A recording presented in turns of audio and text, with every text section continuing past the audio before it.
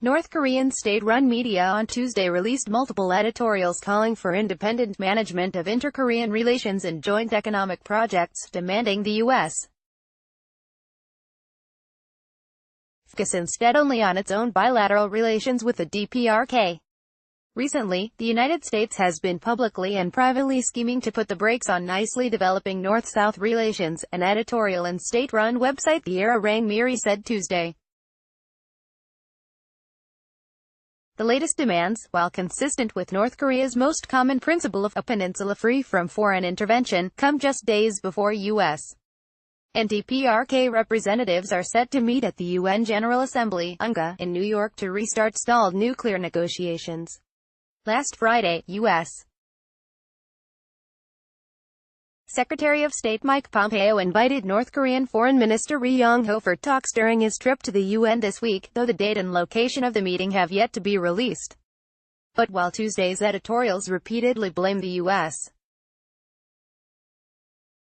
for pouring cold water on what the North sees as improving relations between the two Koreas, they could in turn have the same effect on the planned U.S.-DPRK reset.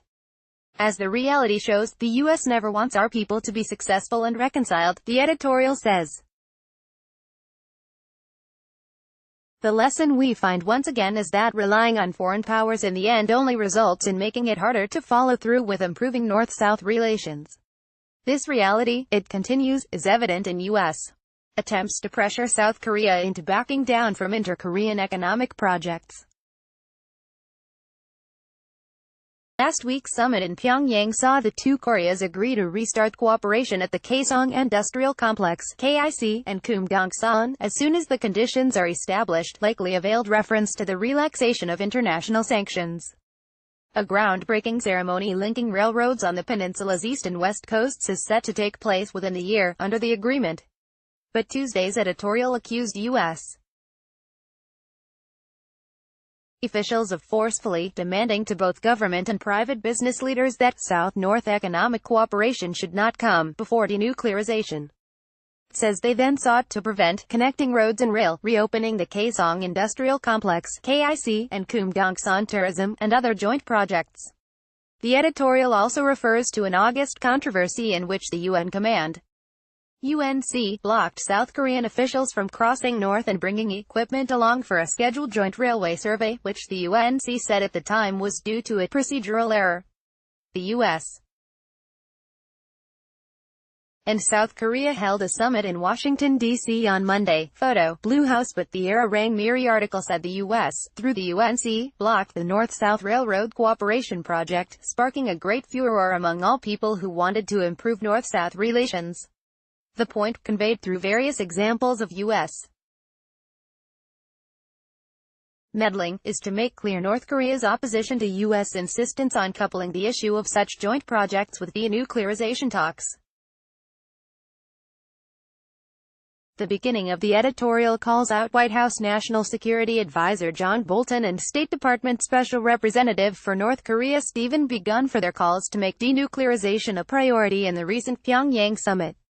It also reprimands a State Department spokesperson for obviously putting pressure on South Korean authorities, through claims that inter-Korean relations cannot be improved separate from solving the North Korean nuclear issue, as the two must be carried out simultaneously. The U.S. should not attempt to block the road to improving relations with North Korea, but must instead do its best to improve U.S.-DPRK relations, a separate editorial released Tuesday on the state-run Yuri Minzokuri said, highlighting the North's intention to take a more bilateral approach to upcoming diplomatic negotiations. Meanwhile, the U.S. appears set to continue placing pressure on the international community to maintain sanctions until North Korea takes concrete steps to denuclearize. Secretary Pompeo will chair a UN Security Council ministerial on North Korea on Thursday, State Department spokesperson Heather Nauert announced last week. Nauert said it was the department's belief there was without a doubt a need for stronger sanctions implementation, adding, in order to get to the denuclearization of North Korea, sanctions must be enforced. We cannot let our foot off the gas. but has both North Korea and the U.S.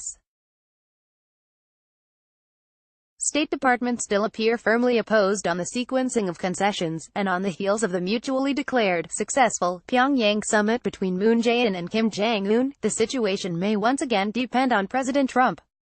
Meeting on Monday in Washington ahead of the UNGA, the South Korean president told Trump that Kim repeatedly conveyed his unwavering trust and expectations for you while expressing his hope to meet you soon to swiftly conclude the denuclearization process with you because you are indeed the only person who can solve this problem. Following the meeting, the U.S.